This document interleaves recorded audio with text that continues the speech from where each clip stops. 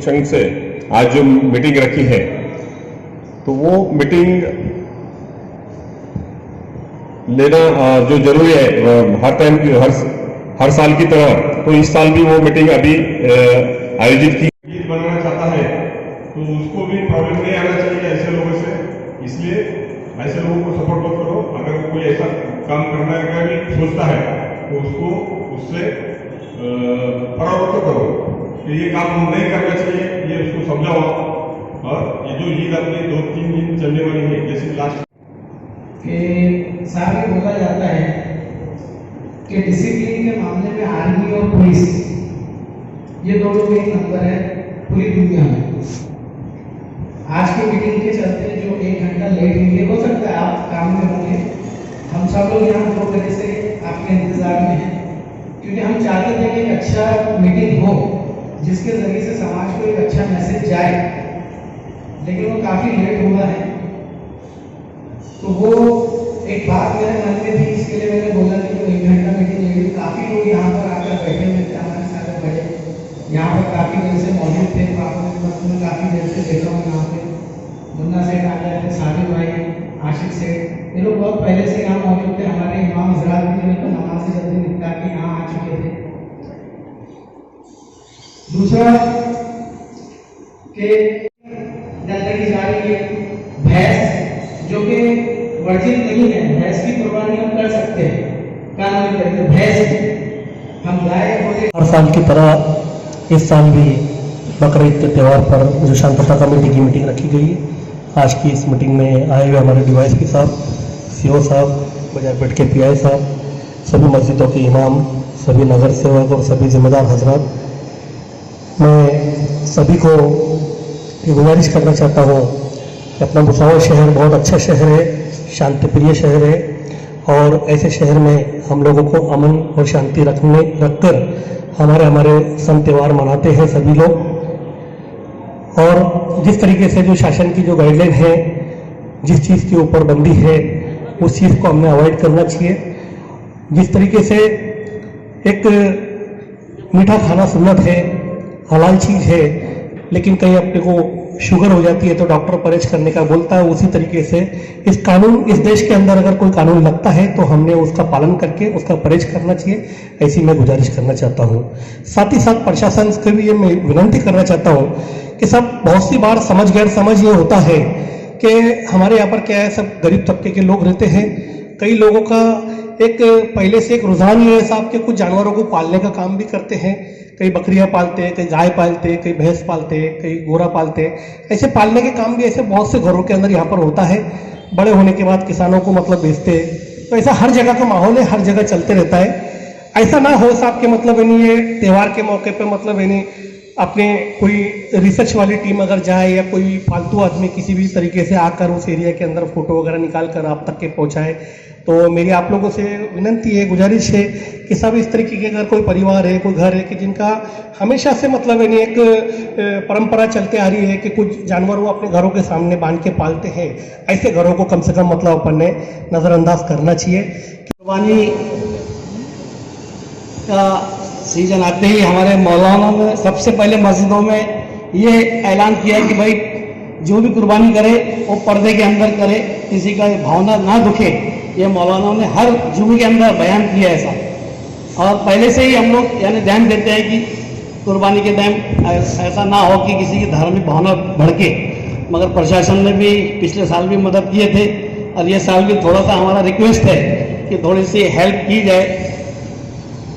जो मैं यहाँ बोल नहीं सकता, आप इशारा समझ सकते हैं सब लोगों की तरफ से, मगर आज गौवंश के जो कानून बनाया गया, मैं यही बताना चाहता कि हिंदुस्तान में बीफ के कारोबार में हिंदुस्तान 1 नंबर पे आया साहब। ये अफसोस की बात है इस सरकार के राज्य में, जबकि कानून बंद है मगर एक्सपोर्ट में हिंदुस्तान में सबसे पहले 1 नंबर आया। और जो मुस्लिम नाम से जो सर्व चालू है वो सब गैर मुस्लिमों के हैं, और उसमें मरते हैं और जो परेशान होते हैं गरीब बीफ कारोबारी।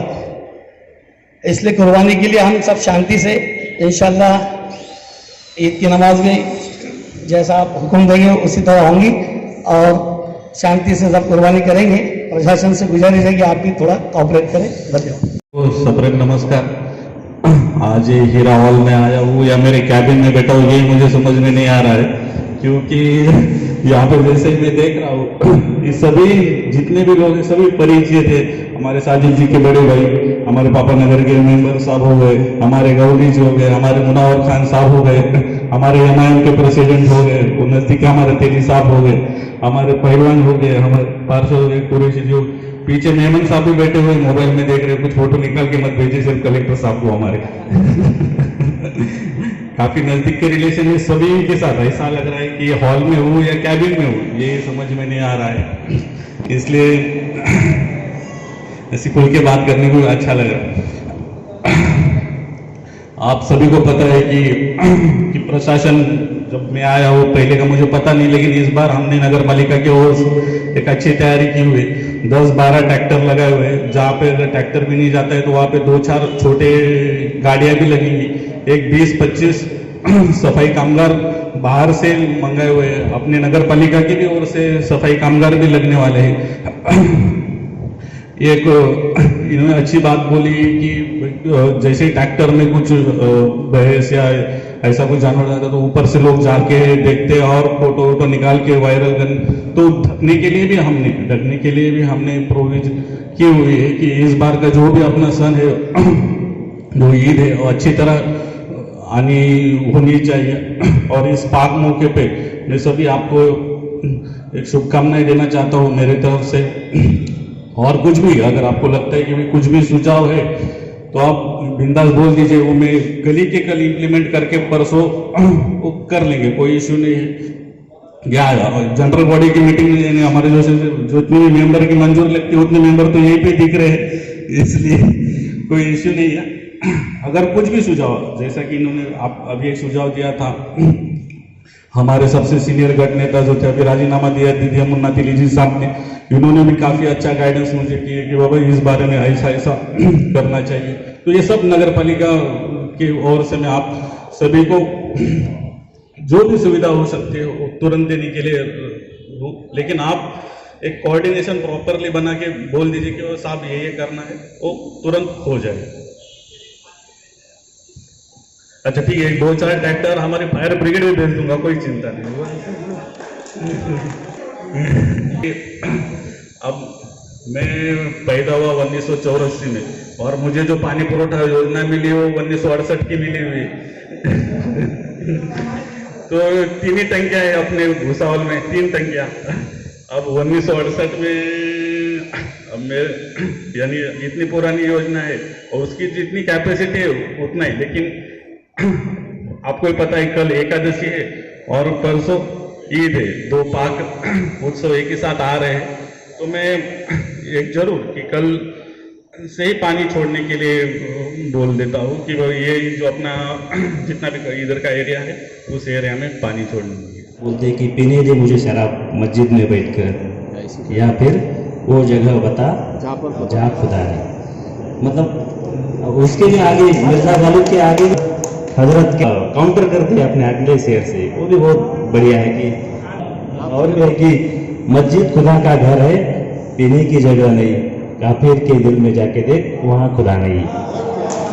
बराबर है ना? उनके दिल से आया हो ये देखकर, मौजूद है खुदा वहाँ भी लेकिन उसको पता नहीं। बहुत बढ़िया है, मतलब हर जगह पर है खुदा, घर पर ही करो। मस्जिद में जितना रिस्ट्रिक्शंस दिए हैं उतने रिस्ट्रिक्शंस रख के मस्जिद में करो।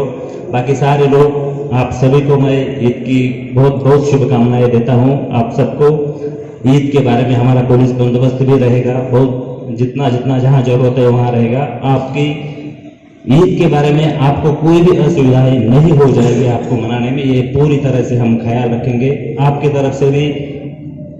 तरफ से भी जो गाइडेंस है, जो दिशा निर्देश दिए हैं वो सारा करते रहो। जो भी यहाँ मौलवी है, धर्मगुरु है, अपने लोगों से आज कल दिन भर बताते रहो। मस्जिद में से हो सकता है तो अनाउंस भी करते रहो, ताकि सबसे जो लास्ट तक जो भी गवर्नमेंट की जो सूचनाएं है, शासन के पास से आई हुई जो सूचनाएं है वो हर एक लास्ट तक पता होनी चाहिए। आप में से हर एक ने अगर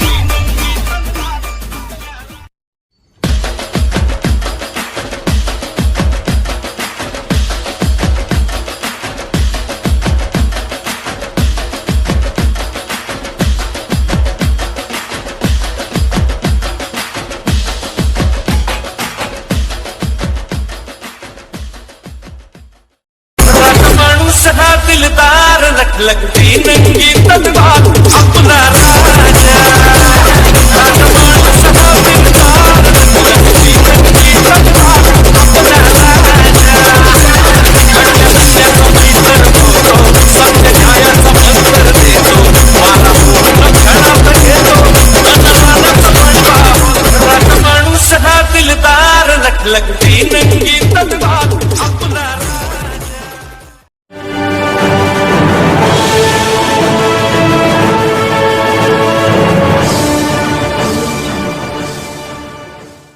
Subscribe now and press the bell icon. Never miss an update.